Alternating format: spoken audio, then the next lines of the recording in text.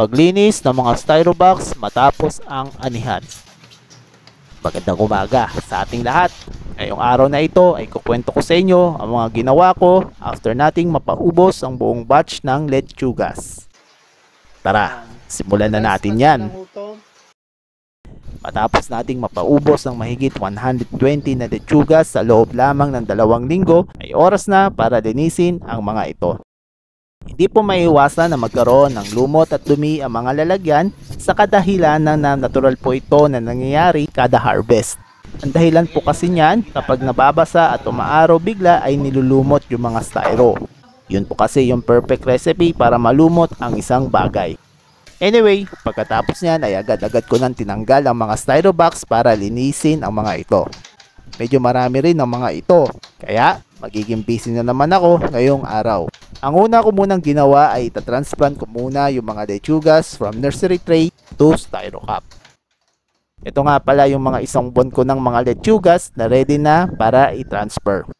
Ang ganda po nila tingnan, no? Super fresh and healthy. Inuna ko muna itong gawin para malaman ko kung ilang tuna box ang kakailanganin. Nagpalit na nga rin pala ako ng lalagyan. Kung dati ay 16 ounce na plastic cup ang ginagamit ko, ngayon ay 8 ounce na lang para makatipid sa coco peat. Matapos kong maubos ang lahat ng mga lechugas ay oras na para linisin ang mga nalumot ng styrobox. Sa paggawa ho nito ay hinahaluan ko ng detergent powder at Sonrox ang tubig para mabilis matanggal ang mga lumot. Sinamantala ko na rin pala yung tubig ulan para hindi na ako mag-igib sa pangbandaw ng mga ito. So dapat maging malinis ang takip at ang mismong lalagyan.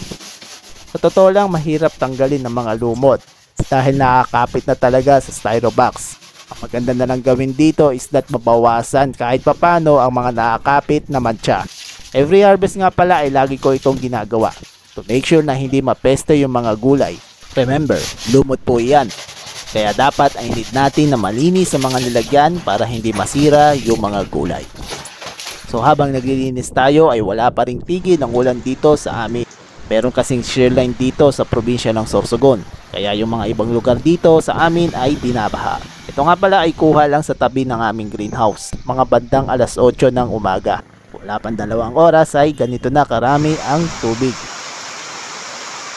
Apaw na po yan. Kawawa yung kapitbahay namin dyan, no?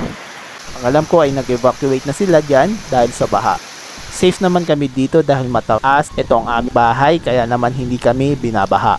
Anyway, matapos nating mahugas at makuskos ang lahat ng mga styrobox ay nilagay na natin ito sa ating greenhouse para matuyo. Makalipas naman ng 1 oras ay nagbuhos na tayo ng tubig sa loob ng styrobox.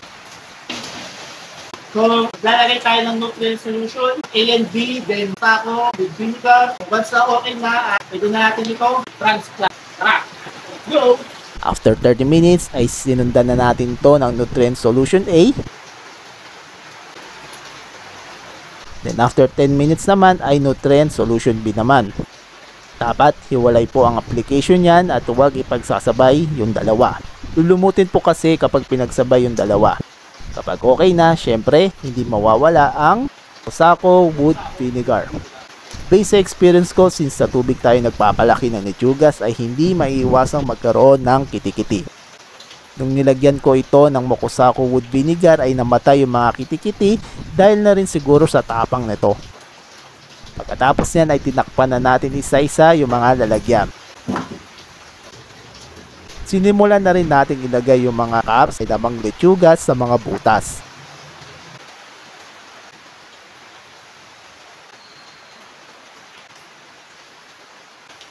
Nung okay na ang lahat ay dinilagyan na natin ito ng tubig na may halong Cosaco Wood Vinegar. Ang purpose nga pala nito ay para bumilis ang paghaba ng mga ugat at para maiwasan na rin ang mga fungus at insekto na dumapo sa lettuce.